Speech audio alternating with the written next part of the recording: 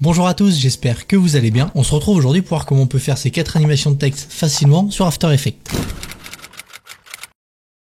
On commence tout de suite, donc pour démarrer je vais venir créer une nouvelle composition, je clique ici, je peux la renommer, donc moi je vais l'appeler texte 1. Pour les dimensions de ma composition, je mets du 1920 par 1080, le nombre d'images je laisse à 30, et la durée de la composition, je vais mettre 5 secondes, ça sera bien assez, et je viens cliquer sur OK. On va donc commencer par créer un texte, donc on sélectionne notre outil texte juste ici, on tape sur notre plan, moi pour l'exemple j'ai marqué 4 animations de texte. Ensuite je peux venir dans ma fenêtre à ligne, le centrer en largeur et en hauteur. Après ça je vais me rendre dans les paramètres de mon calque texte, je vais venir ici dans Animate, je clique sur le petit cercle, je vais venir ici cliquer sur Position, je me rends dans l'animator 1, je viens sur Add, je clique sur le petit rond, je viens ici dans Selector et je viens sélectionner Wiggly. Après ça je peux venir renommer mon animateur 1, donc je vais faire clic droit, renommer, je vais l'appeler Position, je clique sur Entrée, je viens ensuite ouvrir les paramètres de mon Wiggly Selector 1, je vais passer le Wiggle seconde à 0, la corrélation à 0% et en bas dans Position je vais venir mettre 3 et 5. Après ça je viens cliquer sur le chronomètre d'image clé de Random Seed, je reste appuyé sur Alt, je clique sur le chronomètre d'image clé, là ça m'ouvre la fenêtre des expressions, je me rends dans ma fenêtre, je vais venir marquer Posterize Time, donc dès que je commence à noter mon expression, After Effects m'en propose, donc si je la vois s'afficher en bleu, je peux venir cliquer sur Tab, ça va me la noter directement, là entre parenthèses je vais mettre 3, je me place en dehors de ma parenthèse, je clique sur Entrée, et là je vais venir marquer Random, et entre parenthèses je vais mettre 1000, je clique en dehors de ma fenêtre des expressions, et là si je lance ma vidéo, voici ce que ça donne. Donc après vous pouvez venir la personnaliser, vous pouvez venir ici dans les paramètres de position si vous voulez plus d'amplitude, donc on va voir ce que ça donne si je mets 10 et 15 par exemple, je me replace au début, je lance ma vidéo. Donc là l'animation de mes lettres ont plus d'amplitude, et si vous voulez une animation un peu plus rapide, vous venez ici dans Posterize Time, on va essayer par exemple avec 12, je clique en dehors de ma fenêtre des expressions, je me replace au début, et voici ce que ça donne.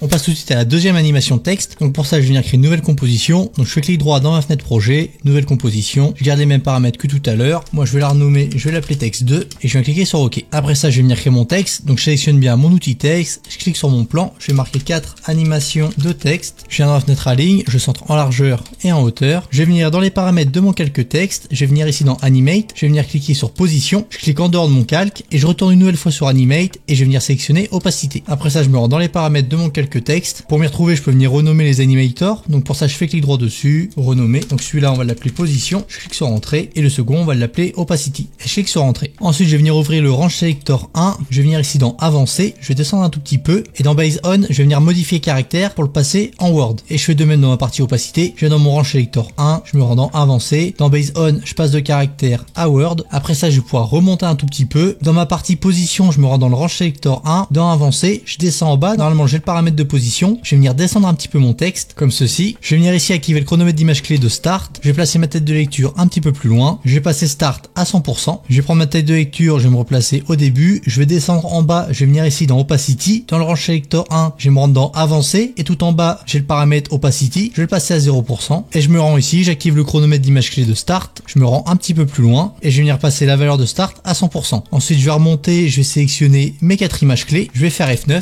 Et maintenant, si je me place au début de ma composition que je la lance, voici ce que ça donne. Donc c'est peut-être un petit peu lent, je vais rapprocher mes 2 images clés et je vais pouvoir décaler un peu celle d'opacité. Et maintenant si je retourne au début de ma composition et que je lance, voici ce que ça donne. On passe tout de suite à notre troisième animation de texte. Donc comme pour les deux autres, je vais faire clic droit, nouvelle composition, je le renomme texte 3, je garde les mêmes paramètres et je vais cliquer sur OK. Donc là pour l'exemple, je vais venir créer un texte un peu plus long pour que ça soit un peu plus parlant. Donc je sélectionne mon outil texte, je clique sur mon plan, là je vais venir noter 4 animations de texte faciles pour After Effects. Je vais venir le centrer dans ma fenêtre à ligne, en largeur et en hauteur. Donc l'idéal pour faire ce sous-titre là, c'est d'avoir le son de votre vidéo que vous importez dans votre projet. Ça va vous permettre d'avoir la waveform, ce qui sera plus facile pour caler les sous-titres à la voix. Ou sinon si vous êtes sur Premiere Pro, vous découpez le moment qui vous intéresse, vous faites clic droit et vous faites remplacer par une composition After Effects. Donc moi j'ai pas de vidéo importée, donc je vais vous faire l'exemple sans. De toute façon le principe reste le même. Donc je vais imaginer que je veux la première partie de ma phrase sur mon plan. Donc le premier sous-titre ça sera 4 animations de texte faciles et ensuite je vais faire apparaître pour After Effects. Donc ce que je vais venir faire c'est venir couper mon calque. Donc on va imaginer que je mette un peu plus d'une seconde pour dire 4 animations de texte faciles. Donc je vais me placer un peu après 10 secondes. Je vais venir faire un CTRL SHIFT D sur mon calque. Maintenant, je me rends sur mon premier calque, je vais quand même penser à le recentrer, voilà. Ensuite, je vais double-cliquer sur mon calque, je vais venir supprimer la partie qui m'intéresse pas. Donc moi, c'est pour After Effects, ça, je le supprime. Comme ça, il me reste mon premier sous-titre. Je viens sur mon second calque, je vais le recentrer car je l'avais bougé et je vais venir supprimer la première partie comme ceci. Donc là, je me retrouve bien avec mes deux textes. Donc je vais pouvoir couper mon second texte ici par exemple. Je fais un CTRL-SHIFT-D, je supprime la partie qui vient d'être coupée. Je vais placer ma tête de lecture sur mon premier calque et là, je vais décomposer mon sous-titre pour avoir un calque par mot. Donc pour ça, je vais m'aider d'un plugin qui s'appelle Décompose Texte. Il se trouve juste ici, je vais l'agrandir un tout petit peu. Donc je vais venir cliquer sur le texte que je souhaite décomposer. Je me rends sur le petit plugin. Je vais venir ici dans Decompose into, je vais sélectionner Word et je vais cliquer sur Décompose. Je me rends dans ma composition. Je vais venir sélectionner le premier calque. Je descends tout en bas, je reste appuyé sur Maj, je clique sur le dernier. Je viens fermer les paramètres et là vous voyez ça m'a créé un calque par mot. Ensuite vous pouvez venir supprimer le premier calque où j'avais tout mon sous-titre, j'en aurais plus besoin. Alors je voulais pas préciser mais ce plugin là il est gratuit. Vous le trouverez sur AEScript. Donc vous inquiétez pas si vous le voyez affiché à 14 $ sur la page de vente, c'est normal. Une fois que vous l'ajoutez à votre panier, vous pouvez venir modifier le prix pour mettre 0 $ et ensuite vous pouvez le télécharger gratuitement. Donc ensuite on va faire pareil pour notre second calque, on va cliquer sur notre calque, on vient ici dans Décompose texte, on décompose, on va venir fermer les paramètres de nos calques textes, on supprime le calque où on avait tous nos mots, je clique sur Sup. Une fois que vous vous retrouvez avec tous vos calques, vous allez venir les placer par rapport à la voix off de votre vidéo. Donc moi je vais venir zoomer un petit peu. Alors moi j'ai pas de waveform, mais sinon aidez-vous de la waveform pour placer vos textes. Donc le 4 je laisse au début parce que je commence par ce mot là. Ensuite animation, on va imaginer que je le dise à partir de ce moment là. Je vais faire pareil avec 2 et je vais faire apparaître facile par ici. Une fois fait, je fais pareil pour mon deuxième groupe de mots. Après ça je vais venir créer un objet nul. Donc pour ça je fais clic droit, nouveau, nul object. Je vais venir le placer au-dessus de mon premier groupe de mots. Je peux venir le découper. Donc pour ça je fais CTRL-SHIFT-D. Je peux supprimer la partie qui a été coupée. Ensuite je vais venir sélectionner tous les calques textes qui se trouvent en dessous. Je clique sur le premier, je reste appuyé sur Maj, je clique sur le dernier. Je vais venir ici dans Parent Link. Je prends le petit tourbillon que je relie à mon objet nul. Après ça je vais venir ouvrir les paramètres de position de mon objet nul. Donc pour ça je clique sur P. Ensuite avec notre tête de lecture on va se placer à la fin de notre sous-titre. On va venir activer le chronomètre d'image clé de position. On va se placer sur le calque juste avant. Donc moi je me place quasiment au milieu du calque texte qui dépasse. Je vais venir modifier la position vers la droite. Donc il n'y a pas de valeur précise pour modifier la position de votre objet nul. Le seul petit conseil que je peux vous donner, c'est que lorsque vous vous trouvez sur un mot qui est assez long, je vous conseille de bouger un peu plus la position de votre objet nul vers la droite. Et lorsque vous avez un plus petit mot, je vous conseille de bouger un peu moins vers la droite de votre objet nul. Mais sinon vous en faites pas, il n'y a pas de valeur précise. Je prends ma tête de lecture, je vais me placer sur le mot précédent. Je vais venir modifier la position vers la droite. Je fais pareil pour le calque d'après.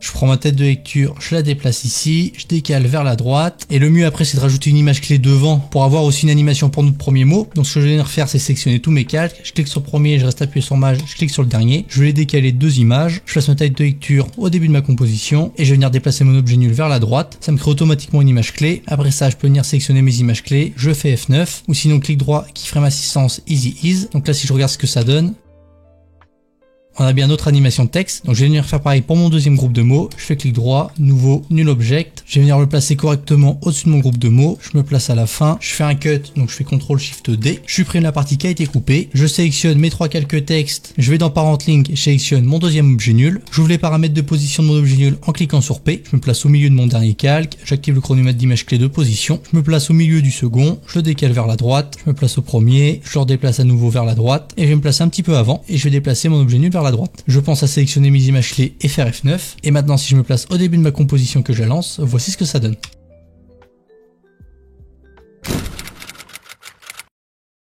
On passe tout de suite à la quatrième et dernière animation de texte. Donc je vais venir créer une nouvelle composition. Je l'appelle texte 4. Je garde les mêmes paramètres. Je viens cliquer sur OK. Je sélectionne mon outil texte. Je vais venir noter mon texte. Je vais venir dans ma fenêtre Align, le centrer en largeur et en hauteur. Je me rends dans les paramètres de mon calque texte. Je vais venir ici dans Animate. Je vais venir ajouter Opacity. Je viens renommer Animateur 1 pour l'appeler Opacity. Après ça, je viens mettre l'opacité à 0%. Je viens ouvrir les paramètres du rang Selector 1. J'active le chronomètre d'image clé de Start. Je vais me placer un peu plus loin. Je vais venir passer la valeur de Start à 100%. Après ça, je viens cliquer en dehors de mon calque. Je retourne une nouvelle fois sur Animate. Je vais venir ici ajouter Blur. Dans Animateur 1, je vais le renommer en faisant clic droit, renommer. Je vais l'appeler Blur. Je clique sur Entrée. Je viens ici dans Blur. Je vais passer la valeur à 15. J'ouvre les paramètres du rang Selector 1. Je place ma tête de lecture au début de ma composition. J'active le chronomètre d'image clé de Start. Je me place un petit peu plus loin et je vais passer la valeur de Start à 100%. Je viens sélectionner mes images clés. Je fais F9. Je me rends dans le Graph Editor. Je sélectionne mes images clés. Je vais les rapprocher un tout petit peu. Voilà, c'est parfait. Ensuite, je reviens sur ma composition, je me rends dans le panneau d'effets preset, je vais chercher l'effet Echo, je glisse et je le dépose sur mon calque texte, je me rends dans le panneau d'effets contrôle, le nom d'Echo, je vais le passer à 4, et l'Echo Time, je vais le passer à moins 0.003, je clique sur Entrée, et maintenant si je me rends au début de ma composition et que je regarde ce que ça donne, Donc je peux décaler peut-être un petit peu la seconde image clé de Blur. Voilà, je vais peut-être rapprocher les deux en même temps. Et maintenant, on va essayer le résultat final. Et voilà, on arrive déjà à la fin de cette vidéo. J'espère qu'elle vous a plu. Donc comme d'habitude, n'hésitez pas à liker la vidéo, à me dire en commentaire si un épisode 2 vous intéresse. Et en attendant, moi je vous dis à la prochaine. Bye bye.